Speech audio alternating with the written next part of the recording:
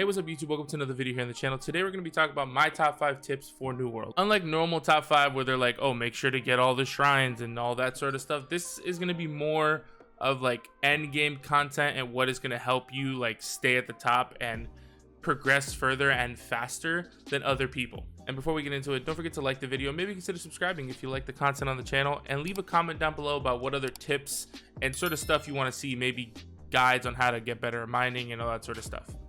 All right, but let's hop in. Let's switch screens over to this. All right, so for the first tip, that is to make sure to have a surplus of Azoth. Usually try to keep it between 900 to max. You know, I personally on a daily basis don't get below like 700, and that is traveling from like Shattered Mountain back to Windsward multiple times throughout the day. But what I do to keep my Azoth up in the 900s to 1,000 range is, first of all, I try to do a ton of these low level corruptions.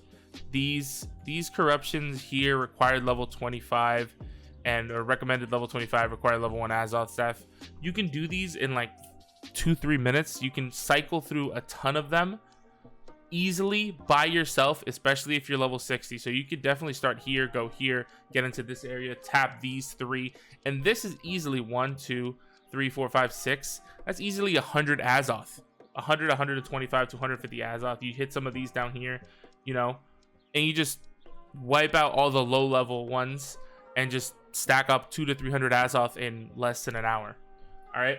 Second thing is, and I think the easiest way to do it is have resource like gathering tools that give Azoth chances to you know, randomly gain 1 Azoth every time you finish gathering a node. You know, I have the sickle, I have the skinning knife that gives me Azoth, I have the logging axe. I don't have it on my fishing, and I don't have it on my mining, but try to have things that give you Azoth chances, right? And obviously you can also just get random Azoth from killing things. So like if you're mining and you see like a pretty low leveled mob, just hit it, just clap it, and keep your Azoth up, because when you are level 60, you're going to be doing a lot of traveling back and forth, left, right, up, down, all over the place in the map. You're going to be going to Ebonscale to do Palace. You're going to be going mining in Shattered Mountain, and then you're going to be traveling back down. And you might say, oh, what about houses and hearths? We're going to get to that, because that is an important tip in how to, you know, keep your Azoth up and also like maintain a healthy lead in relation to other people in the game. So that's tip number 1. Keep your Azoth up. It's really important to have a good amount of Azoth, because you also use the resource a lot when making stuff to make stuff in game, you know, like pickaxes. You can boost all of that stuff with Azoth, so you always want to make sure you have a surplus of it. All right, so hopping into tip number 4, that is sign up for all invasions, right? Unlike a war, an invasion, right? Currently there's going to be an upcoming invasion in Windward. I'm going to go sign up for it, but sign up for all invasions in Weaversfin. The difference between an invasion and a war is the leading faction can only select 10 members from their faction, and then the other 40 are chosen at random, right? Currently there's a way you can kind of like cycle people in and out, but at the end of the day, you still have a really high chance to get picked for an invasion. And it's literally free to sign up. Just travel to the area, sign up, travel to the area, sign up. And if you get picked, guess what? You're going to compete in an invasion for 30 minutes. You're going to get a ton of gold. You're going to get a ton of Azoth. You're going to get a chest with gear. It's a win-win no matter which way you look at it. So it's super helpful in keeping your gold up, your Azoth up in relation to the other tip, and just giving you gear that could potentially raise your watermark. That's tip number 4. All right, so now on to tip number 3. And I think from tip 3 to 1, I think these are like the most important. They like dwarf the importance of 4 and 5 in relation to late game, right? When you're at 60 plus and you're trying to do a ton of the stuff, these 3 tips are what's going to help you so much. So now that I've prefaced it with that, tip number 3 is buy 3 houses, and more importantly, the location of these houses, right?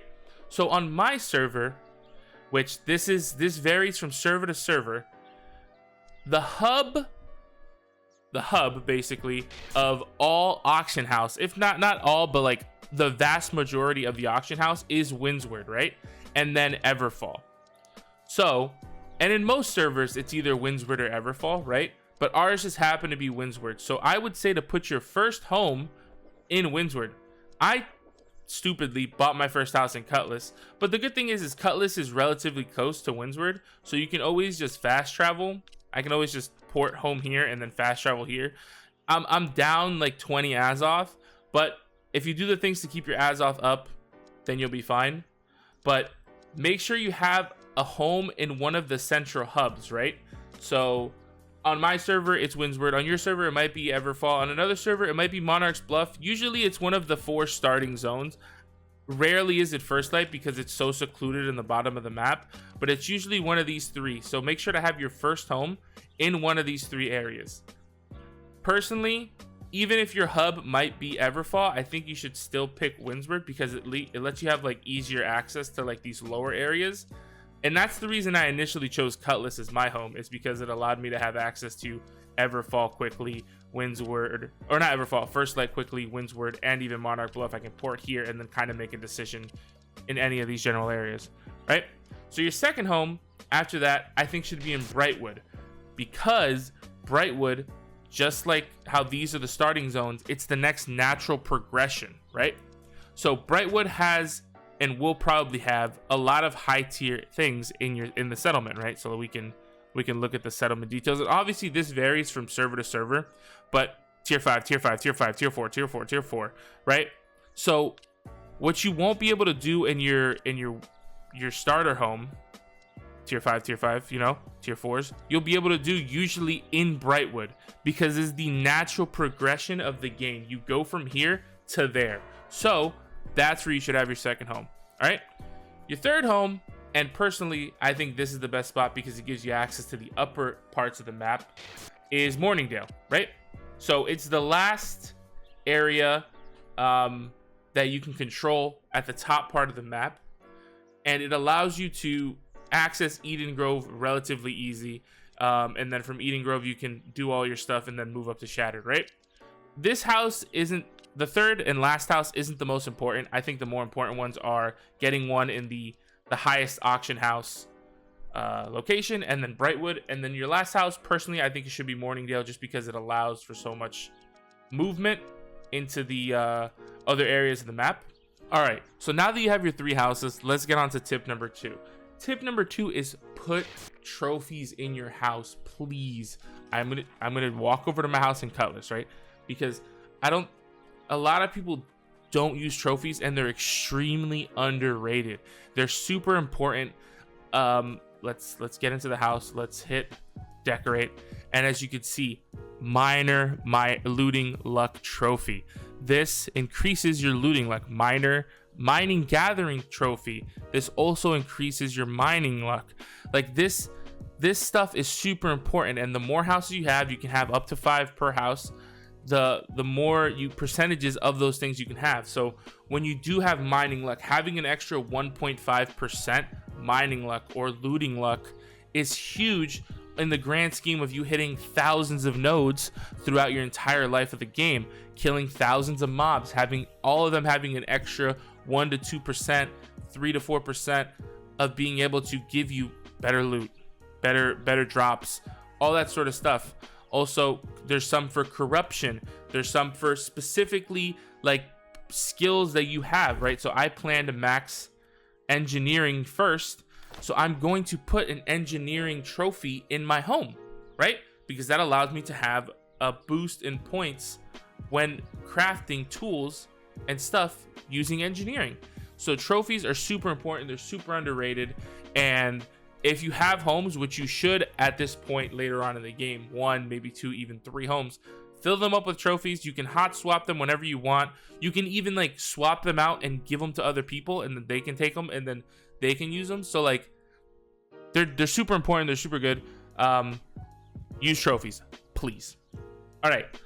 So now for the last tip, the last and I think the most underrated tip, I'm gonna go to the auction house in Cutlass to see if it actually has. All right, so I checked the auction house here. It's not as, and this is the reason I say to have a house in one of the the starter zones is because the auction house in these other areas are relatively dead in comparison to the starting zones, because that's where the most dense population of players will be, in those starting zones. But yeah, let's travel over to Windsward real quick. So now that we're in Windsward, I'm going to head over to the auction house and talk about what I think the most important and underrated thing to help you in progression, in making a ton of money and being able to do stuff in save you a lot of money and make you a ton of money in New World. That is these little thing called buy orders, right? So let's search up Asmodeum, right? These are obviously insane. No one is ever going to sell Asmodeum. No one ever is going to sell you Asmodeum for 20 gold. But the point is, I can place a buy order here. Let's say I want Asmodeum for 300 gold a piece, right? And I can put 10, right? Because I have 3,000 gold. Putting this in the marketplace will now allow some person to come and bring 10 Asmodeum, and instead of having to put it on this part of it, so if you go here, obviously this is like how regular selling in the game works.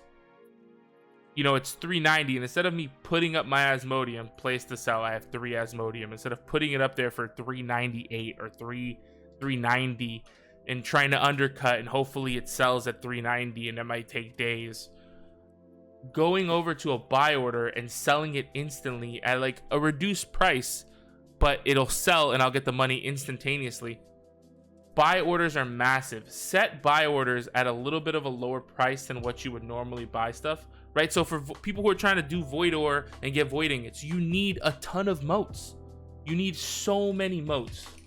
You need air, all these motes, right? And people have buy orders for the motes at like 50 to 60 cents, asking for hundreds of them.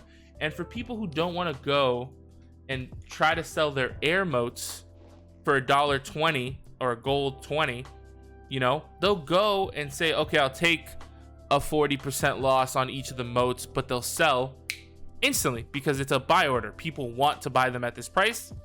They'll sell instantaneously, right? So use buy orders. You'll save a ton of money, and you'll be able to do other things faster and easier, right? And these things will always be happening in the background. So before you go to bed, set a bunch of buy orders for stuff you want tomorrow. You get on, your buy orders might be fulfilled. You can use the motes. Now you can make a void ingot or something, and then sell the void ingot for like 10k, 15k or something, right? Depending on your server.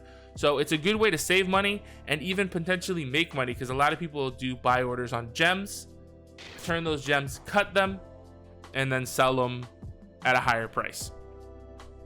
So yeah, let's swap over to this screen over here. Go back to webcam only.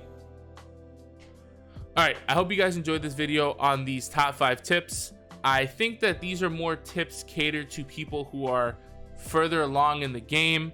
Obviously, there's the simple, quick tips. Use a resource map. Fucking make sure you have all of the shrines. Travel to all of them. Stuff like that, right? But these tips, I think, will help you in the later stages of the game. 60 plus, being able to stay ahead of the curve, save a lot of the money, because currently the game, the gold is like depreciating and it's losing a lot of value because more gold is being taken out of the game than is being put into the game. So I think these tips will help out a lot. Like I said at the beginning of the video, don't forget to leave a like, rating, and a comment, and maybe consider subscribing. Peace out, and see you guys next time. Like, ride with me if you ride with me, you can slide with me if you feel like 550 on the 5 sticky, come get high with me, that's a deal, right? Ride with me if you ride with me, you can slide with me.